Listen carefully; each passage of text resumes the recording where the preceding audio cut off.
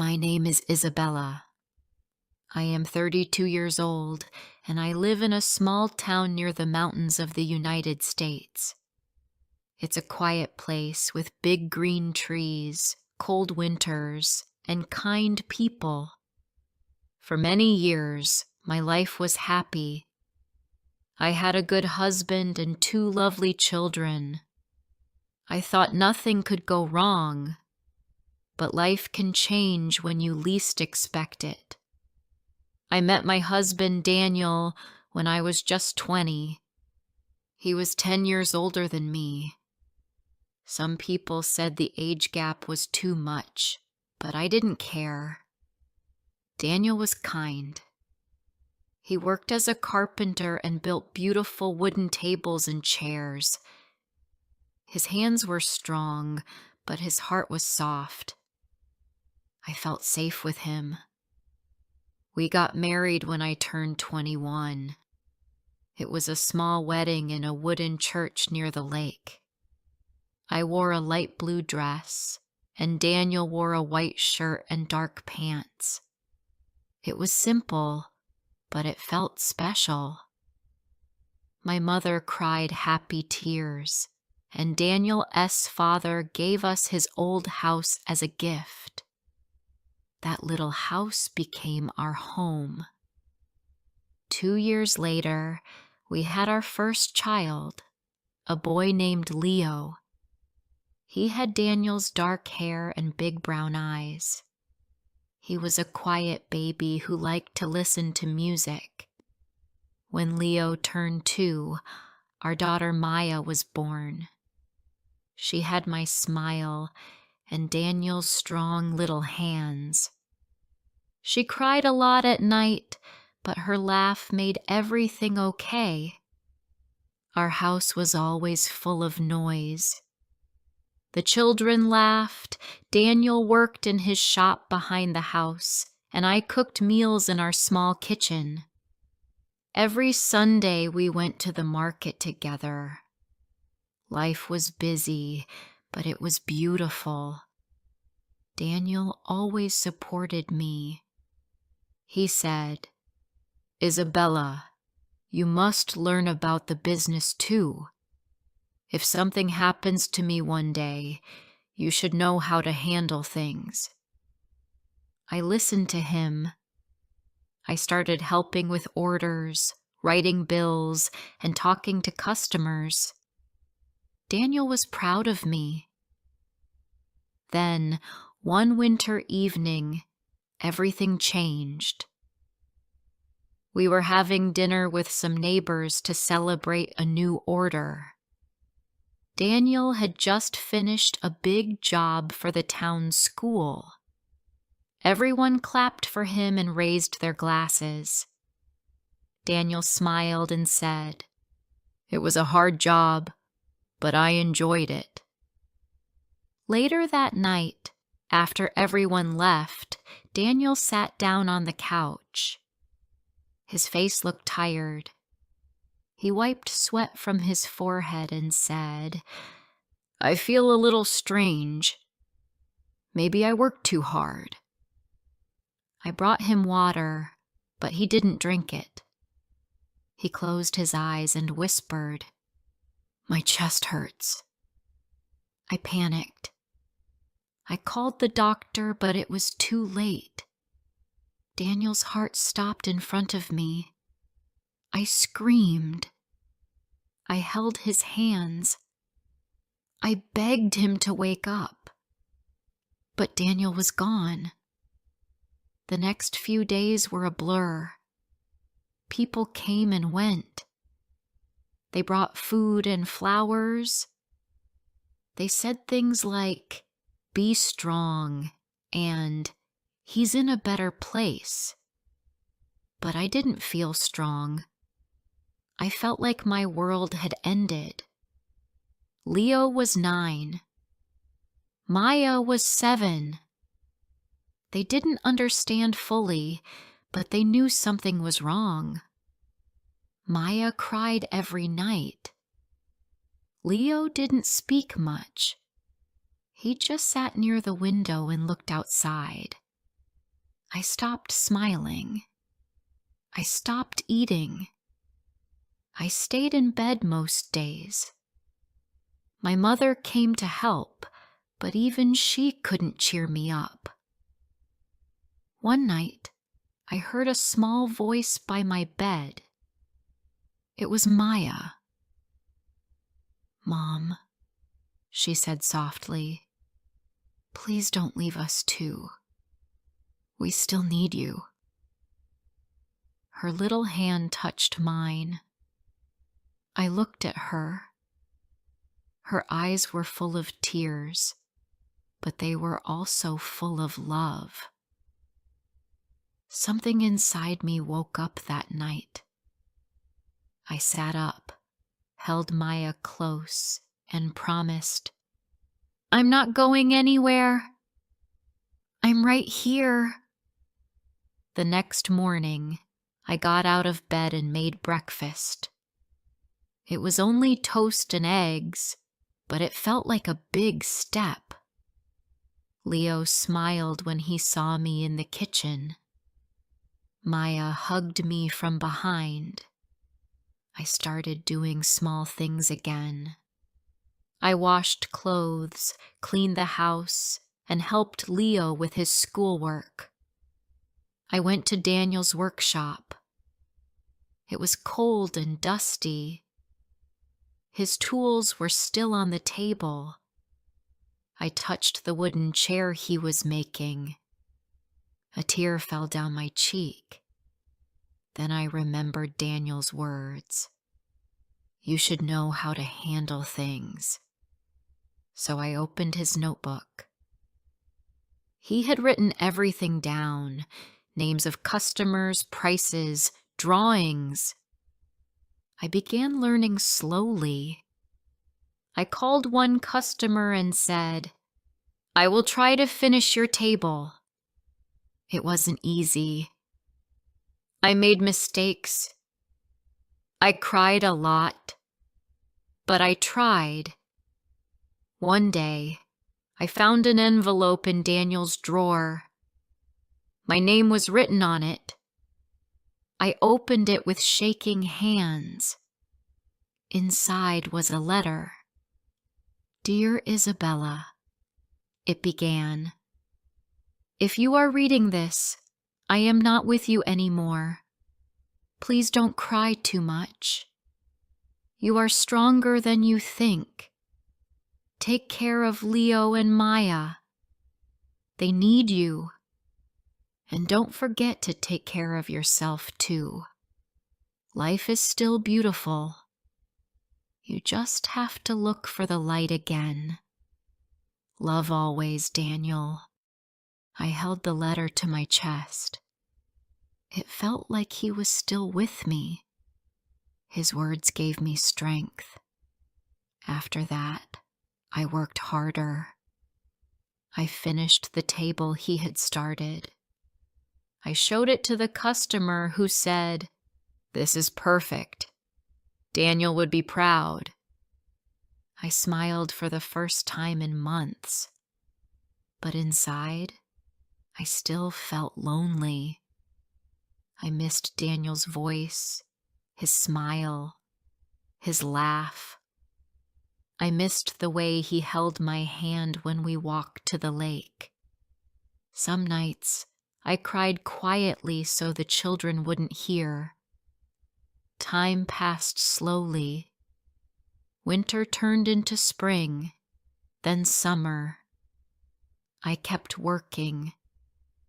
The business grew. I even hired a helper to lift heavy wood.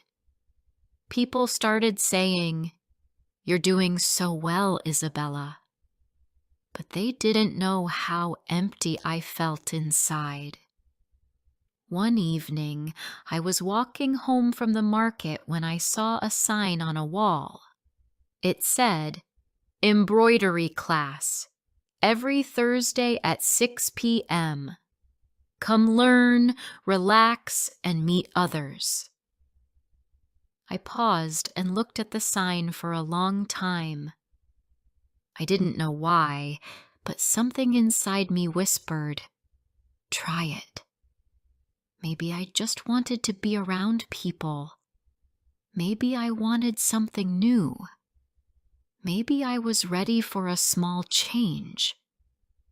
I looked at the sky. It was turning pink as the sun went down. I thought of Daniel. I thought of his letter. Life is still beautiful. You just have to look for the light again. I touched the letter in my coat pocket. I still carried it with me every day.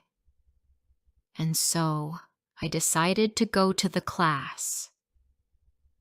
Before I share the rest of my story, I want to ask you something. Where are you listening from? It gives me strength to know someone is hearing my words, someone who understands me. Please tell me in the comments. I would really love to know. The embroidery class was held in a small community center near the bakery. On my first day, I walked in quietly and looked around. The room smelled like fresh flowers and soap. There were 6 women sitting at a table with colorful threads and cloth in front of them. One of them looked up and smiled. "Hi there! You must be new," she said. Her name was Grace, and she was the teacher. She was older, maybe in her 50s, with silver hair tied in a bun and a warm voice. "Come sit next to me," she said kindly. I sat down and looked at the cloth in front of me. Grace showed me how to hold the needle, how to pull the thread gently, and how to make small stitches. My hands shook at first, but Grace said, "Don't worry. We all start like this." I liked the feeling of soft fabric in my hands. I liked the quiet in the room, the sound of light laughter, the soft voices sharing stories. I didn't talk much, but I listened. After class, I helped clean up. Grace said, "Would you like to join us again next week?" "Yes," I said softly. "Thank you." I started going every Thursday. It felt good to leave the house for something that was just for me. Maya always said, "Mom, show me what you made." Leo smiled and said, "That looks really good." One evening, as I entered the center, I saw Grace talking to a man near the doorway. He was tall and had broad shoulders. His jacket was covered in light dust, like he had been working outside. Grace noticed me and waved. "Isabella, come here. I want you to meet my nephew." The man turned around. He had light brown hair, soft blue eyes, and a kind smile. His name was Eli. He was 29 years old and worked as a landscaper. He built gardens, planted trees, and took care of the parks in town. "Nice to meet you," Eli said, reaching out to shake my hand. "You too," I said, trying not to blush. Grace said, "Eli came to help me fix the broken shelf in the storage room." I smiled and walked past them into the class, but I could feel Eli's eyes on me for a moment. My heart beat a little faster, and I didn't know why. After that day, I saw Eli a few more times. He came to the center to fix small things for Grace. Once he helped hang new lights. Another time, he carried boxes to her car. He always said hello to me, and sometimes we talked a little. One evening, I stayed back after class to help fold fabric. Eli was there fixing a loose table leg. He smiled and said, "You're always helping. That's nice." "I just like to keep busy," I said, placing some fabric in a box. Eli looked at me for a second, then said, "Would you like to have coffee with me sometime?" I froze. My fingers stopped moving. "I mean," he added quickly, "only if you feel comfortable. No pressure." I looked at him. He seemed honest and calm. I felt nervous, but also a little curious. "Okay," I said quietly. We met at a small cafe 2 streets away. It was warm inside, and the air smelled like cinnamon and coffee. We sat near the window and talked for hours. Eli told me about his work with flowers and trees. He loved nature. He talked about how peaceful it was to plant things and watch them grow.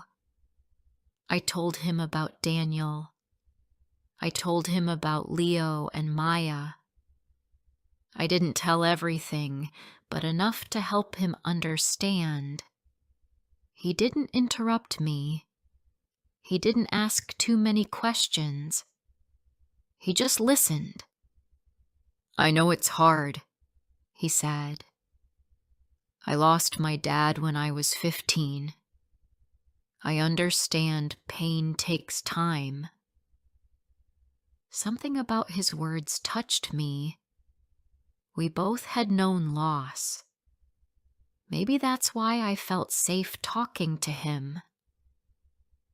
After that evening, Eli and I started meeting more often. Sometimes he walked with me to the market. Sometimes he came by to help with small repairs in the workshop. One day, he brought Maya a little flower pot with her name painted on it. "For you," he said. "You can grow your own flowers." Maya's eyes lit up. "Thank you," she said, hugging the pot. Leo was more quiet, but he watched Eli carefully. Eli never tried too hard. He didn't force anything. He just showed up, helped, and smiled. One Saturday, Eli came with us to the park. The children ran around while we sat on a bench. "You're good with them," I said. "They're great kids," he replied. We sat in silence for a while. The sun was warm on our faces. "Do you ever feel guilty for smiling again?" I asked him quietly. Eli looked at me, then spoke slowly. "Yes, for a long time. But someone once told me that love doesn't end. It changes shape. You don't lose the past. You just find room for the future." His words stayed with me. That night, I sat in the workshop. I looked at Daniel's photo on the shelf. I thought about our life. I thought about his letter. "You are stronger than you think. Life is still beautiful." Was it okay to feel something again? Was it okay to smile with someone new? One evening, I told Maya and Leo that Eli was coming for dinner. Maya clapped her hands. "Yay!" Leo just said. "Okay." He didn't smile, but he didn't frown either. We made soup and baked bread. Eli brought dessert from the bakery.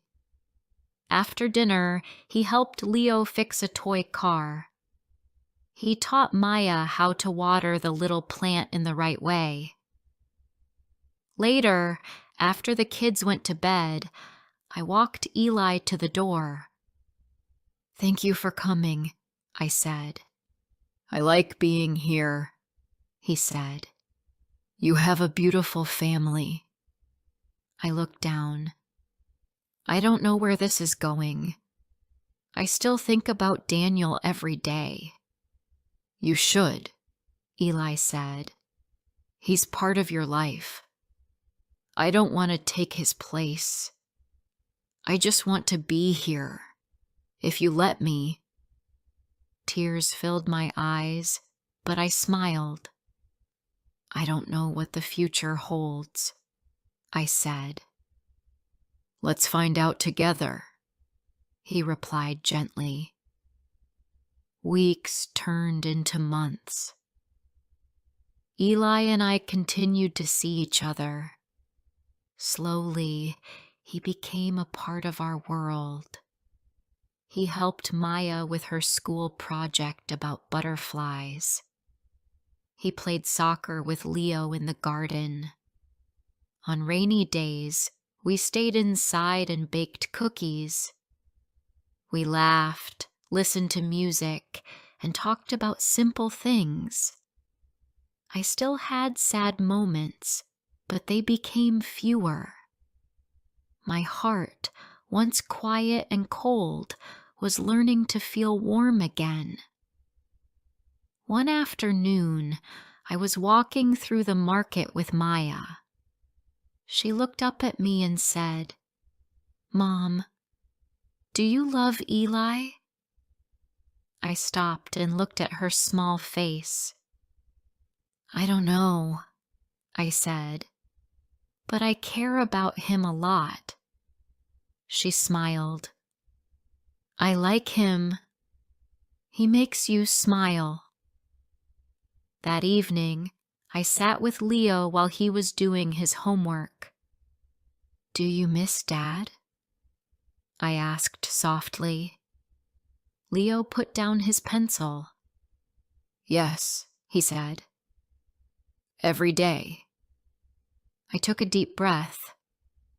"What do you think about Eli?" He was quiet for a moment, then said, "He's not Dad, but he's nice. He never tries to act like he is Dad. That's good." I felt tears behind my eyes. "Would it be okay if Eli stayed in our life?" I asked. Leo looked at me and gave a small smile. "I think so." That night, I went for a walk alone.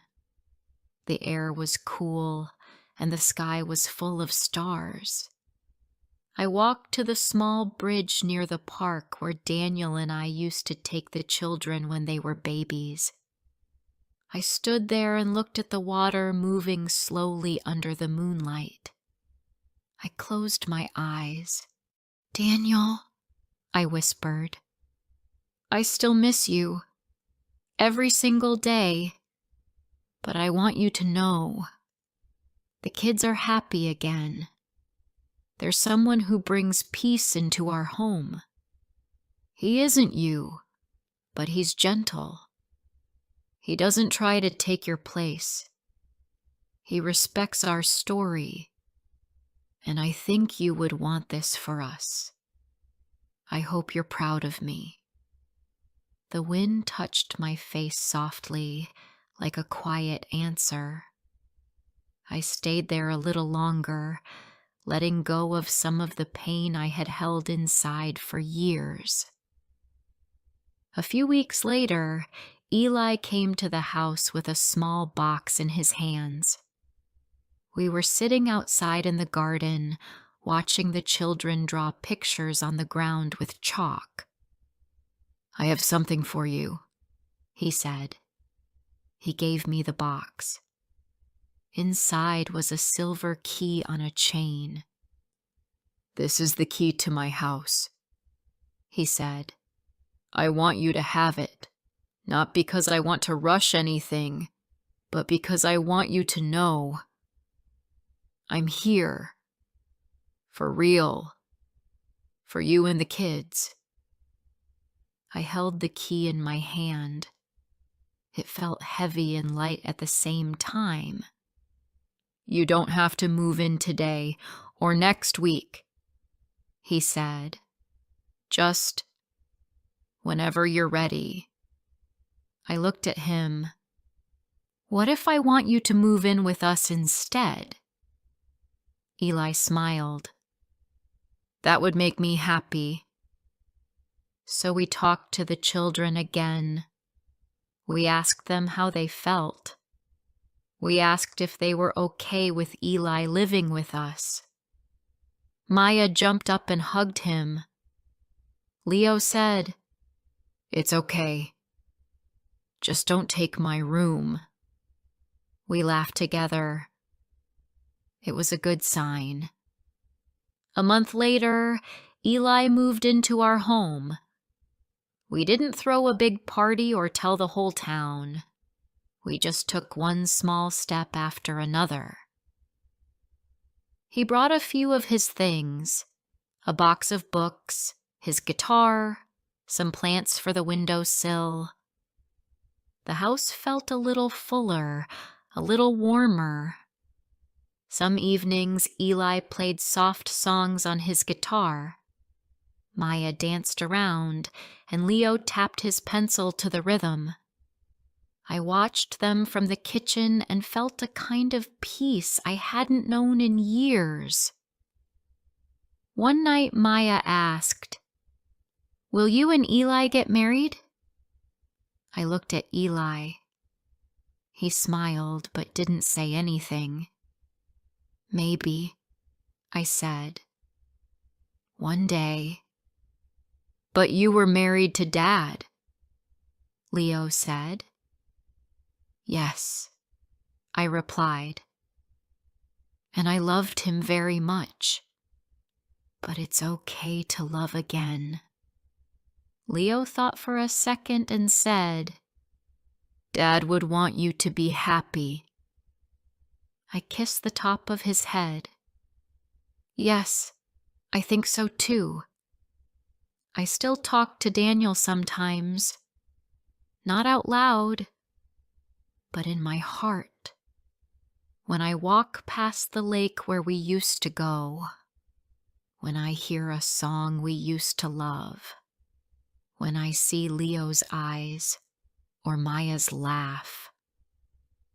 He's still here. Not in the room, not in the chair, but in the way we live. In the way I care for the kids. In the way I learned to keep going, even when it was hard. Eli never asked me to forget. He never tried to erase the past. He just offered to walk beside me as I moved forward. And that's what I needed. Today, our life is not perfect. Some days are still quiet. Some days I miss Daniel so much it hurts. But now, I know that pain and love can live together. I don't have to choose one or the other. My heart is like a house with two doors. One door holds memories, and one opens to the future. I keep both doors open, and that's okay. If this story touched your heart, don't forget to like, comment, and share. More emotional and inspiring stories are coming soon.